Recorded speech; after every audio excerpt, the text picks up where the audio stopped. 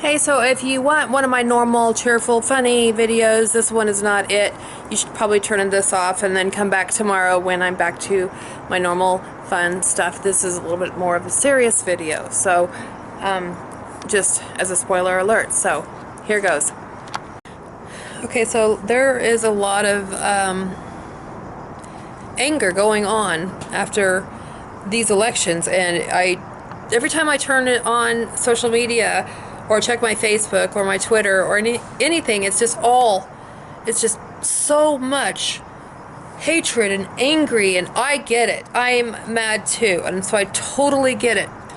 But I haven't been able to stay online because it's just all of the confusion and the hate and the panic and the fears of everyone, and it all just comes down on me. So I take breaks and I don't stay online if I don't have to. If I'm just checking in, that's fine, but I don't just stay online.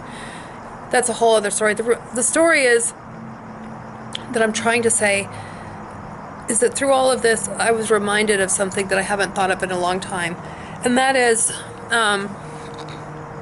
because of all of the talk of the KKK.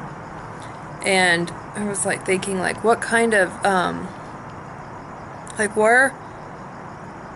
trying to think where they're coming from and why they're still continuing to do these horrible things, and how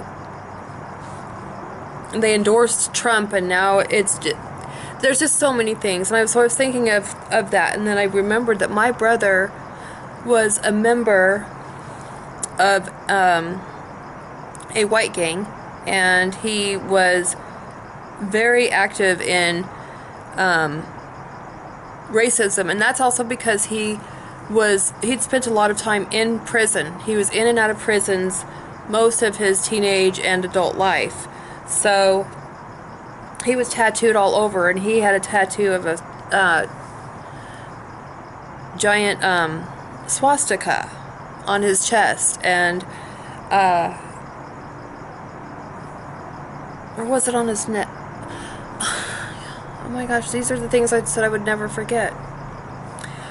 But I don't forget. He had a swastika. He had several tattoos, but and there were several tattoos that were very racist, and it was I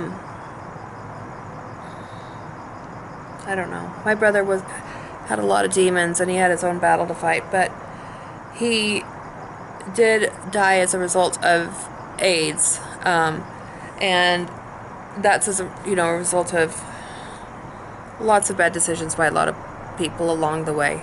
That's a whole other story, but I keep saying that's another story, but I guess these are all just really connected, because in the end of my brother's life, he was in the hospital, and I was there by his side, and I was saying goodbye to him, and I was like, because we knew he was dying, and he knew he was dying, and it was getting close to time where he would be so medicated by the pain medicine that he wasn't going to be able to communicate with me anymore, and we knew that was going to happen.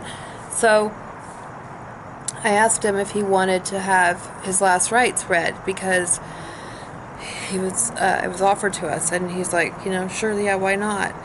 And they said okay, and they went to go and find the hospital priest that does the last rites. And so a couple hours had passed, and I'd completely forgotten that they were even going to come back, and there was a knock on the door, and the doctor came in, and a nurse came in, and the priest came in, and some other missionary, and the priest was black.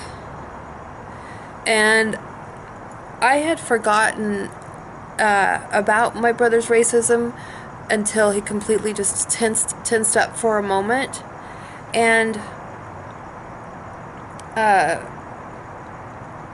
the priest walked up to my brother, who had the giant swastika tattoo, and he was black, and he put his hand on my brother's chest, and then my brother grabbed his hand, and my brother started crying, and he said, "I'm so sorry for all of the things that I do, and I know now that there is no color, and there is no racism, and I've done horrible things." And he just was crying and apologizing, and the priest was, you know, holding him close and saying, "It's okay, I forgive you completely. I forgive you completely. God forgives you. You're okay." And read him his last rites.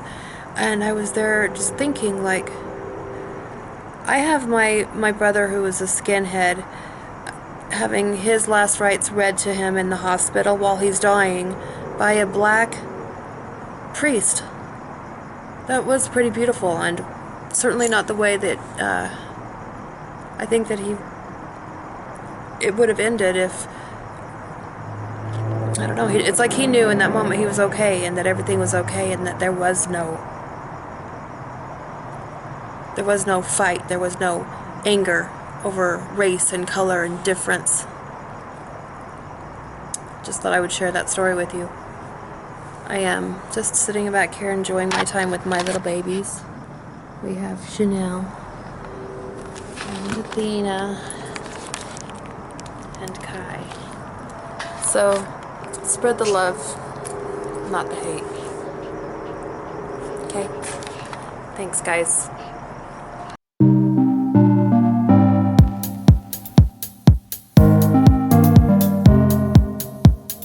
Do you believe?